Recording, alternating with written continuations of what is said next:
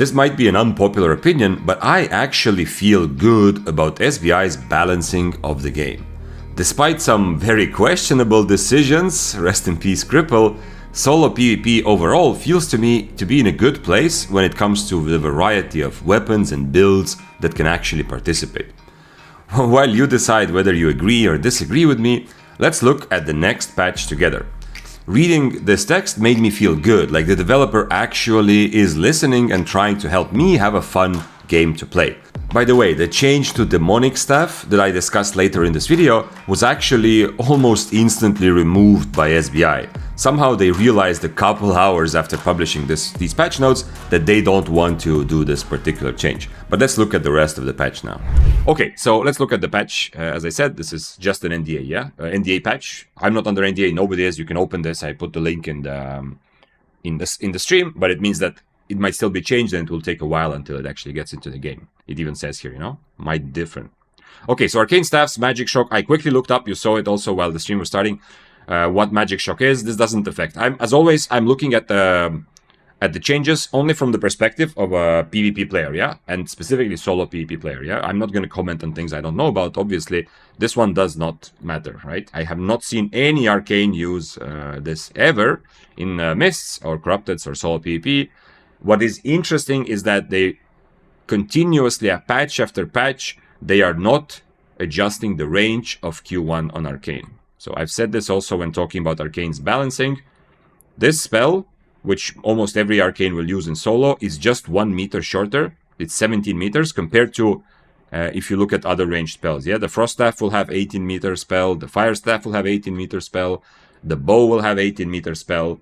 So it's kind of curious that they continue with that. I'm sure there's some sort of reason that might not stem from solo PvP, but in solo PvP, it's just a unclear reason why, but in solo PvP, it's an obvious disadvantage to Arcane stuffs, and that remains. This doesn't really affect because people don't use it.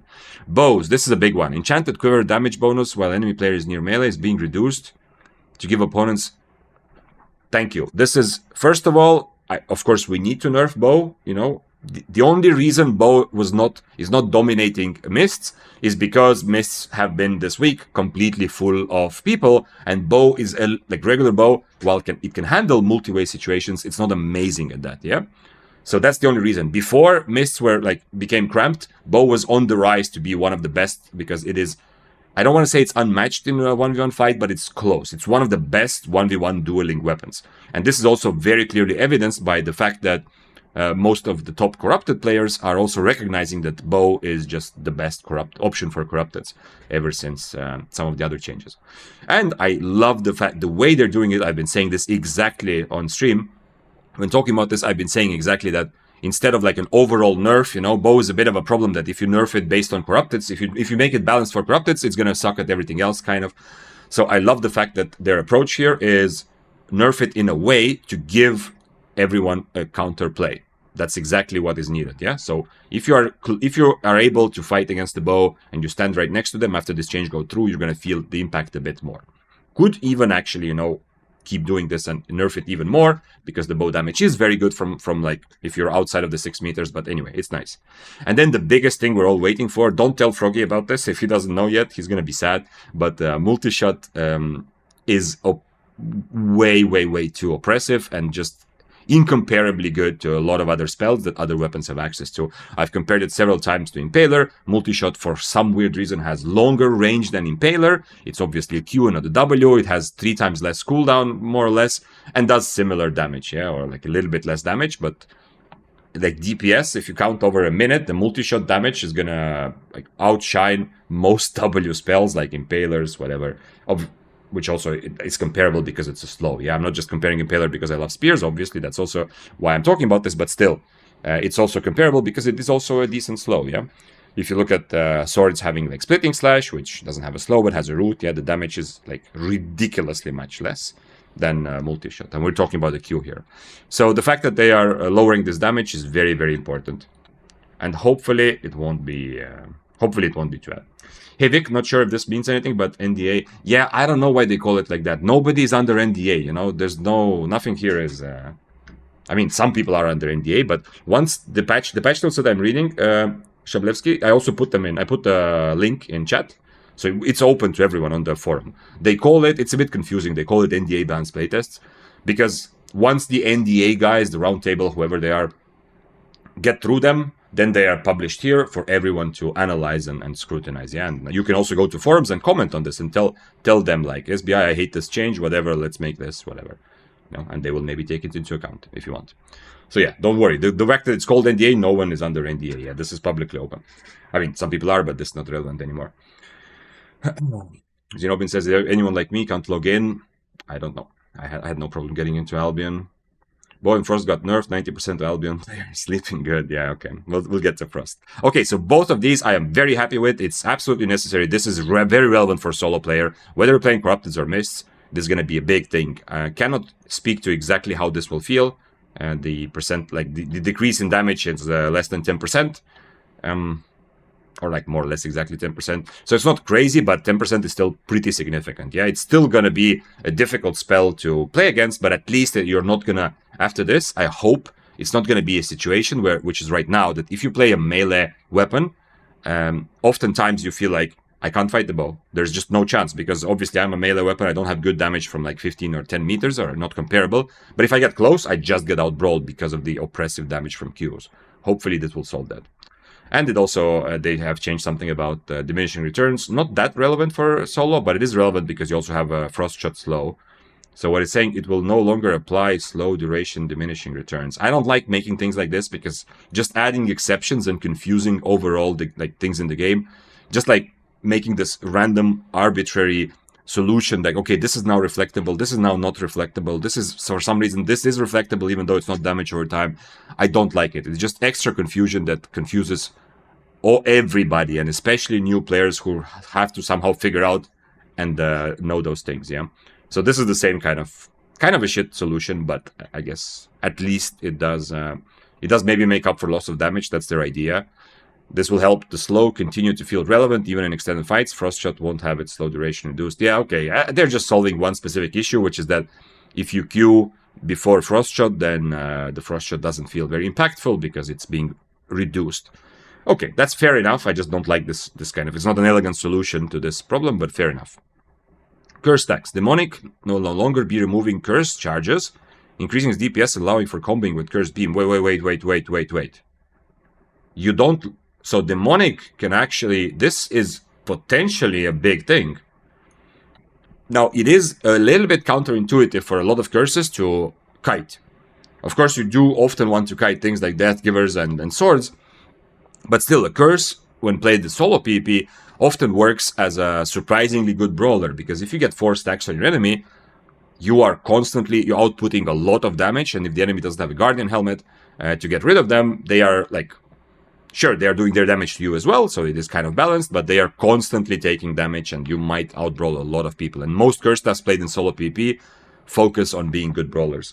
So this is kind of interesting that, Demonic, that's why also Demonic is not really played that much, because, it doesn't make that much sense to fully kite, and Demonic helps you kite, obviously, the E, it doesn't help you as much as a life curse or one-handed curse, so on. But it is very interesting. Not losing charges definitely is going to make Demonic for some time something that people will try and potentially viable. Because what you can potentially do with this now, if you go in Mists or Open World, is you're fighting, you're using the power of the curse, and now if you need to buy time for your cooldowns, if a new challenger appears, a rat, if you decide you just, you can use even Cultist Strobe, yeah, if whatever reason you want a small breather, you can E without having to worry about it. This can actually be a big thing, and this can bring Demonic from almost never played and you should not play to, hey, this is potentially viable, This can definitely do that, or at least specialists will. Curse Staff specialists need to try it out when it comes to real, to live server. Morguldun says, yeah, losing stacks in Demonic was a deal breaker 1v1. Absolutely, yeah. No, it is absolutely. I think this is interesting. I don't see Demonic becoming oppressively strong just because of this change in for solo PvP. I mean, it can be a bit annoying in Corrupted. It used to be meta years ago with Cultist Strobe, just keep kiting forever, but still interesting. Daggers, Death Givers. Oh, this sentence.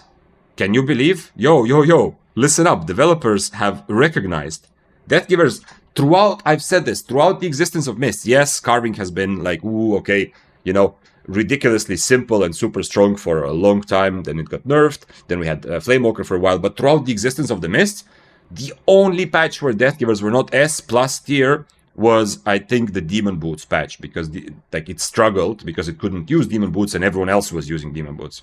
Everything else, Deathgivers have been absolutely ridiculously good for 1v1 content. This is so true, this sentence. So they're getting a small reduction in damage output to help alternatives complete. Okay, this last part, I don't think you need to add this, yeah? Like, this just confuses the sentence. But the overall, the idea is just that they're too powerful in 1v1 content.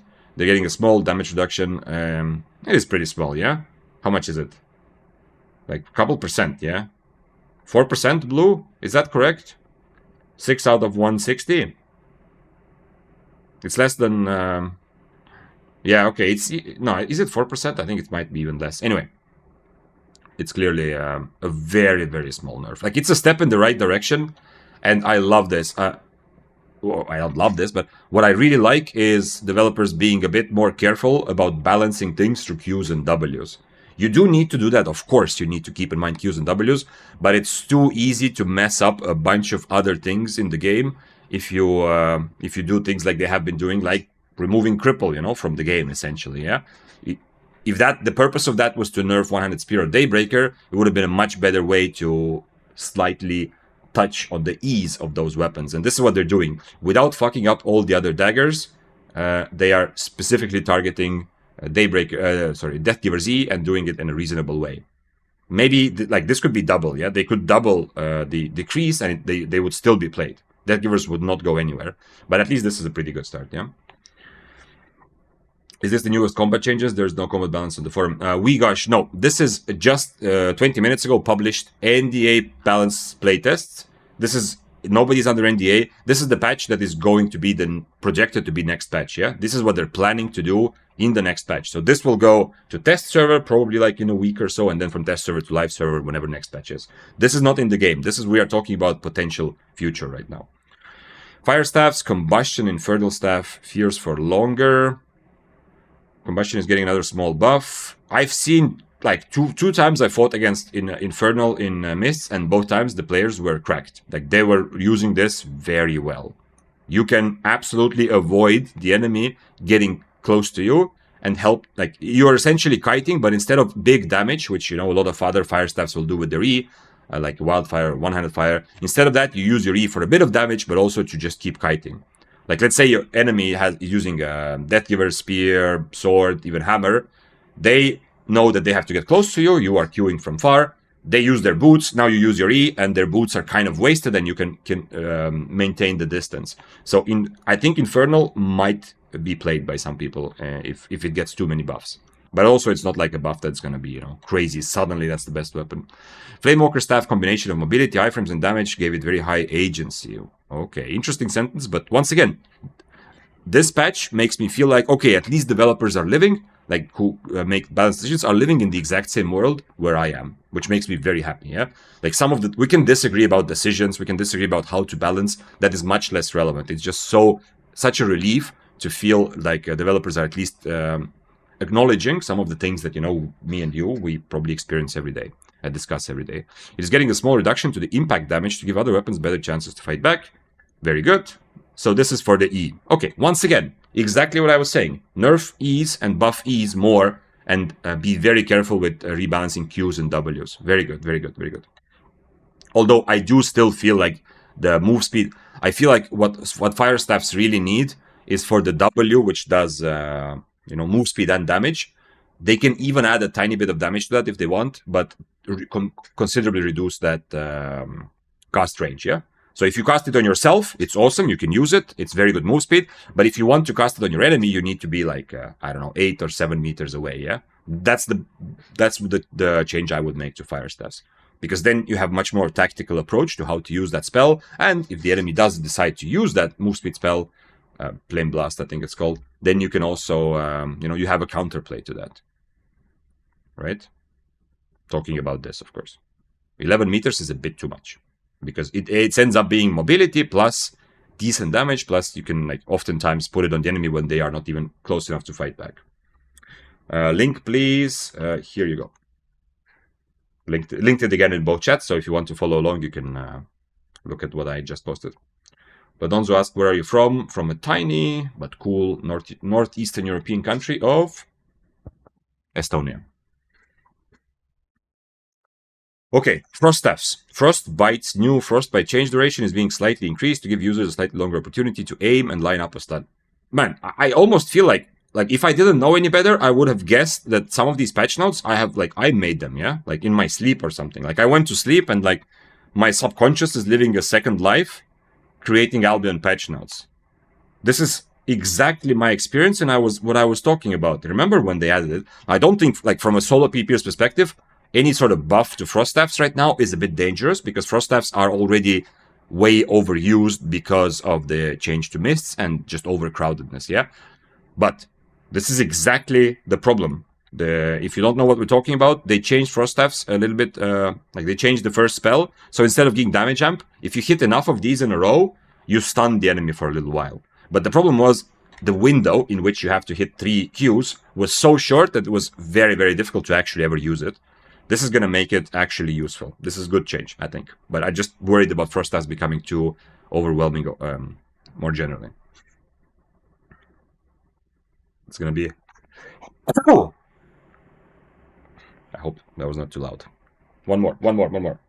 Mufanzo says SBI... No, never mind, no more. SBI mind reading Vic Zane's dreams. Yeah, I feel like a lot of these things is... I love it. Hammers. Groundbreaker hasn't felt like it has clear identity in a while. To give Polehammer more of a role, it's gaining a large increase to its range, allowing Polehammer... This is very bad for solo PvP, obviously. Because that's also why, you know, they nerfed the bow, like they made the bow 20 meter, bow Q, they made it 20 meters for one patch and then made it back to 18 meters. Having 20 meter range spells for solo PvP is always very bad. And I think you can kind of guess why. Because it incentivizes people to play super safe from a distance where the enemy has zero chance to fight back. So a polehammer can kind of kite around, play from very far, and only wait for the enemy to run into them so they get a free kill or, you know, for ratting opportunity. There's also a huge increase. Like we were talking earlier about this 3% death givers change and stuff like that. This is a huge increase, that the 4 meters. I do not like it because I can already see some of the hammer players that are more on the side of opportunists, just want to be safe, playing plate armor 8.3, whatever, even lower AP, that they can abuse this a lot. They won't have the same kill pressure as a Tomb Hammer, which means even more that instead of taking fights, they will just, you know, take rat and take advantage of enemies who kind of give their items for free. Don't like it at all, to be honest. But I also know that Polehammer is probably not balanced for solo PvP, you know, and I'm taking it more from a Mists, Corrupteds, maybe soloing open world type of perspective. But for a lot of other content, this might be a very good warranted change. I don't know. Is there any ability with range 20? Yeah, Morgulden, of course. Like the Curse Staff W has 22 meters, and yeah, there are things. Hello everyone, hello Hezo. Polehammer was already starting to carve its niche in group content. Ace started playing it. Yeah, okay. I have not watched a lot of. I have not watched a lot of streams in general, but mostly the content I've consumed lately because I don't have a lot of time to watch Albion stuff. Yeah, other parts of life, plus, you know, streaming and making some videos. So usually if I do have time, I try to watch something that I feel will give me a better understanding of what the meta is, like either players that are really, really cracked or just to understand what active players, how they're adapting. So that when we talk about meta, I can give you a better analysis, not just based on my own experience, but also based on what others are doing. And so since Ace has not really played a lot of solo PvP, it's always group content. I have not seen him lately, so I didn't know he played Polehammer. Okay, giant steps. Armor and magic resists are being equalized. Well, this means... Okay, this is whatever. Forge hammers are definitely viable. It's kind of a fun build, and it's difficult, and they don't really want to play against more than one person. But it's still a hammer, so it's very good W, and I don't think... this doesn't seem like a nerf or a buff, it's just a rebalance. So it's kind of whatever. Okay, Quarterstaff's consecutive casts will now no longer delete already existing areas. Wait, what? Wait, what? This is interesting. Multicast cooldown, okay. So you can... Creating a new area no longer deletes the existing areas. Wait, okay. So Phantom Twin Blade, you know that the one that sends these this big E's, and then it sends one E, the other E, and then they all smack you on the head, yeah, from up top. So what they're saying is you can deny 2 big circles now, right? Like it is, what does it say, radius? 5-meter radius. Okay, so you can't stack the damage, but you can deny 2 big areas to your enemy if they're following you. If you miss one, you can still hit the other one, and the enemy, like if they try to chase you, it will be like, this is good for running away and kiting and maybe winning a fight when the enemy is going to you. Phantom Twin Blade has already seen some play in solo PvP, like serious play, not just for fun. It's just too expensive. For how weak it is way too expensive. But for someone with a lot of experience, I think it's not crazy to play it. I've seen some good players specialize on it and be, well, I mean, it can't really be very successful in multi-way, but it's still at least somewhat playable. So this is overall, I think, a pretty good buff, yeah? Shapeshifters, okay. The shift, whatever. It doesn't apply to us, yes? I can see Rootbound, Still Gaze, Rootbound, absolutely doesn't matter. All of this for solo PvP, no one is going to play Rootbound on Still Gaze. If you play either of this weapon in solo PvP, show me a clip in Discord and we'll see how funny it might be. But this is a big one. Following multiple buffs, Tether Shift has the dominant W option. Okay, its cooldown is being reduced. Tether Shift. That's the same. That's the name of the tether, yeah? I never realized the full name is Tether Shift. It's just tether, yeah? It's called Tether Shift, yeah. Okay. Holy shit. Okay, this is a huge one. This is one of the biggest changes we've read so far. Because shapeshifters are slowly, I don't want to say taking over, but they're slowly rising through the ranks. Prowling is being played a lot with the chaotic mists because tether gives it survivability. Obviously, if you've seen my streams, you've seen me often running into light callers. It's no longer just one guy playing 8.3, but a lot of light callers that are almost uncatchable for anyone. So tether, it also makes up for problems with mobility that, for example, a werewolf has, yeah, like Blood Moon Staff, yeah. So this is a big 3 seconds. This is a very big nerf. I feel like all shapeshifters, if this patch goes through, all shapeshifters in mists will pretty much go down 1 tier. This is such a big thing, because in Mist's environment you need to be preset on tether, and you need to sometimes still use it in fights. There will be fights where you need to change your W because tether is just not good enough to brawl people, but it's a big one, very, very big one. And I don't want to say I love it, because maybe it's just because I don't play shapeshifter, so I'm happy they are nerfed. But I feel like to some extent this is warranted. I just hope that they give shapeshifters something else to still be good and viable in this mobility-based environment. Okay, spears. This is a small chapter for us. Similar to multi-shot, lunging strike is no longer going to be reducing the slow duration for subsequent casts. Okay, so this is just that if you hit them with your Q. Once again, I thought this was lunging stab, but okay, well, whatever. If you hit them with your Q and then Impaler right after, the Impaler slow will still be full slow. Okay, I see. Okay, I guess this makes sense. I mean, this is overall should be a big thing, but my brain has not adapted to really understand how what's it, how the reduction. Wait. What's the diminishing returns? Yeah, of course. Has not really learned to apply how diminishing returns affect solo fights. So I'm not sure how big the impact is, but it seems definitely like it could be a good thing. Killer says, I knew bow damage would get nerfed. Yeah, of course, 100%. Keep in mind, this is still NDA patch, yeah? So they might still make changes to this. Mistwalker Jacket has been a standout defensive option for 1v1, 100%, all the way to the largest ZZs, 100%. Just keep in mind that it's so expensive that no one is actually using it for a while in solo or in very risky content. To open up more space for other armors across the board, the cooldown is being slightly reduced. If I'm being really honest, this is not a bad change. It is kind of warranted, because Mistwalker Jacket, the Mist Cloud spell, is amazingly strong. This is very good change. The problem is, it needs to go together with some economic changes to make the artifacts available so that the Mistwalker Jacket doesn't cost 4 times more than buying a Jacket of Tenacity at the same tier.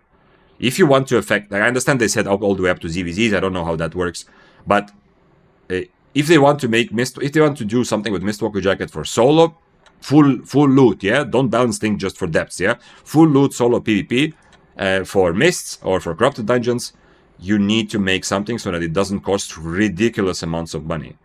Yeah, this is good. This is good nerf. If Mistwalker jacket cost was at least somewhat comparable to other leather jackets, which is not. Battle mounts absolutely does not concern us. We're gonna all of that skip. And in the end, spell fixes. Stilgate staff doesn't matter. Swift cut no longer deals 0 damage to mounts. This matters a lot because you know assassin shoes are popular and they're here to stay. Even with chaotic mists, which kind of nerfed assassin shoes because in the middle of rats you'd rather have a sprint. Still, this is big. I have had a lot of problems with this. And what I also realized, which already got me killed once, is that if I assassin shoes on top of a mount, it puts me in combat, but not the guy that I assassin shoot in combat. Yeah, so he keeps regening. If you were a stream like 2 weeks ago, I died one time like this. Like the guy souped and mounted up. I assassin shoot him to keep him in combat, and was planning my next move, and then realized that he's actually full regening because it only stopped my regen, but not his regen. And I'm sure it happened to many others as well. And this is good because this mounting is kind of... I like it. Like, this is not helping 8.3s, yeah? Because no 8.3 is ever going to use assassin shoes. But this is helping mid-tier players to dismount others, so I like it. Forge Bark no longer sometimes roots targets with... I have no idea about that. Forge Bark still a bit of a mystery if you're experienced based on mists. Okay. Very, very happy with this projected patch. That message from before... that why is SBI like what was it? Let's say Boring Sun said SBI really hates solo players. Reading patches like this, while I understand your frustration, I definitely don't think they hate solo players at all. I feel like I'm not the #1 priority, but I'm still important. Yeah, reading a patch like this, I feel like taken care of. You know, I feel like SBI is looking at me and saying, like, oh hey, here's a gift for you. Yeah, like here's our plan to make your life better and the game more fun. You have to be careful always. Before the things actually are in the live game, before we see the impacts, we have to be careful about celebrating, but there's a lot of good changes here. A lot of changes that are very, very spot on for what I would like to see to make solo PvP better.